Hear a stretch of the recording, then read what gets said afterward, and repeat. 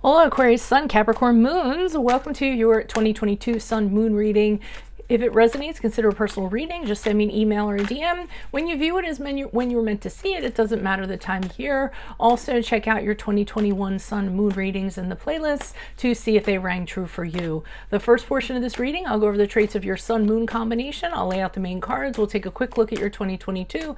The second portion will be the VIMEO link below, where I will have a deeper interpretation of the cards with clarifiers. And I will also pull a card of advice.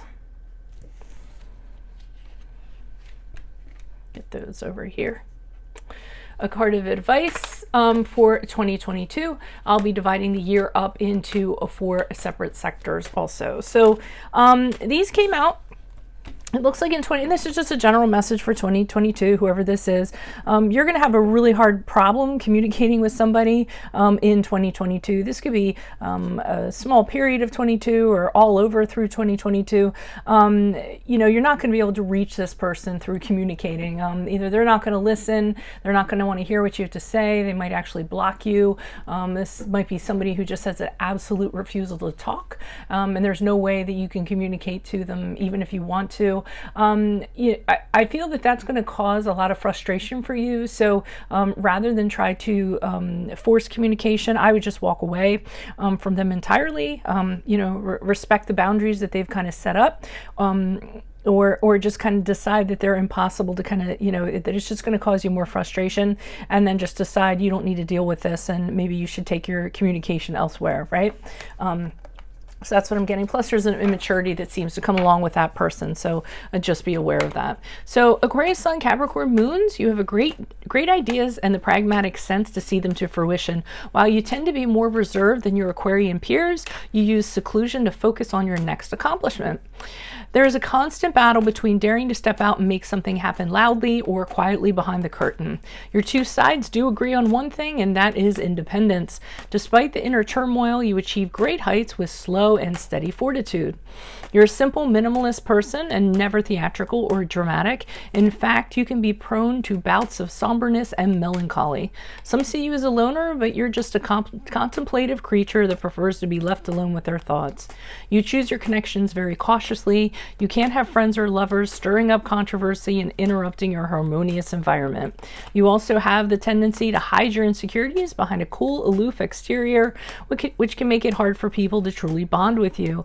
Interestingly enough, you can easily be led astray by social causes and invest too much in someone deeply in need. So, Holy Spirit, angels, divine guides, universe, can you please provide your truth, your wisdom, your clarity, your insight for Aquarius, Sun, Capricorn, Moons? For the year 2022, what do you see? What do they need to know to reach your higher ground, become closer to the universe and closer to divine through your messages? Any messages you have will be greatly appreciated. We thank you. What do you see? What do they need to know? Aquarius, Sun, Capricorn, Moons for the year 2022. Any messages, please? What do you see for January, February, March? We have the Temperance card in the reverse. What do you see for April, May, June for Aquarius, Sun, Capricorn, Moons? You have the Ten of Swords in the reversed.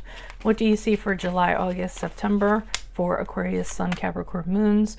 We have the Five of Pentacles in the upright. And what do you see for October, November, December? We have the Star card in the upright. So it looks like it could be a very tumultuous year for you from what I'm seeing. I'm seeing that in the beginning of the year, Temperance card is a card of Sagittarius, by the way, if that resonates. But in the beginning of the year, I'm saying that you're having a really hard time kind of getting it together from an emotional standpoint or a feeling standpoint. It seems like, you know, thought patterns, feelings are kind of all over the place, sort of in a negative sort of way.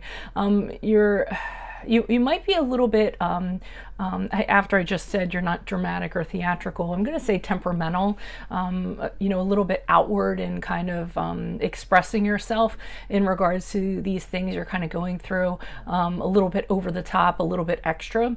You're going to have a hard time kind of finding peace or kind of taking a step back and looking and saying, okay, where can I make, better changes? Where can I be productive in regards to things? Because everything's just going to be misaligned, imbalanced, and it is going to be a difficult time, I'm not going to lie.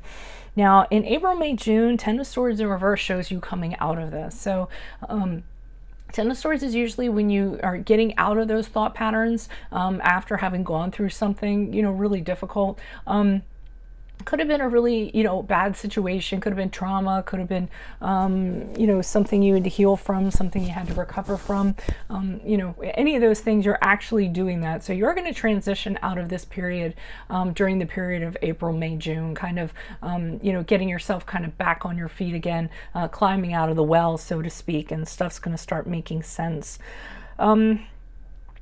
Now, concerns here. So we have July, August, September. Five of Pentacles in the upright, again, not a very good card. This is usually a card of kind of being left out in the cold, being shut out. This could indicate financial difficulties, financial hardship that could bring about debt, bring about poverty.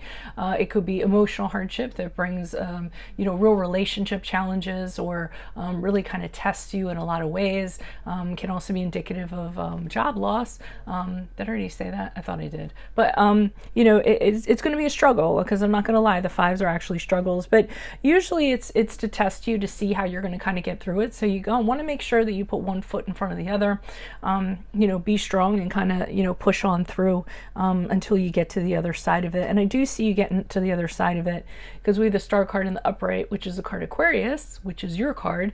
This is a card of actually renewal after the destruction, realizing how you can bounce back, how you can rejuvenate, realizing how strong you really are, and you will come out, I'm not going to say unscathed, but coming out the shining star that you're intended to be, or were intended to be. And at this point, you're going to realize a lot of blessings being bestowed upon you, and a lot of things that you're going to be able to appreciate. So, I mean, it's definitely a year of peaks and valleys is what I'm seeing at this present time. Hope for the best, plan for the worst, use your free will moving forward, use these readings as a heads up. When you come upon them, you know, do the best you can to move something a couple degrees to the right or to the left. Otherwise, that is what I have for you. Of course, if it resonates, consider a personal reading. Just send me an email or a DM so we can set that up. Click on the Vimeo link below, where I'll be taking these cards and clarifying these cards for a deeper interpretation, in addition to pulling a card of advice for you for 2021. Adios from Veronica Garnett. Good luck to you, Aquarius, Sun, Capricorn, Moons. Bye.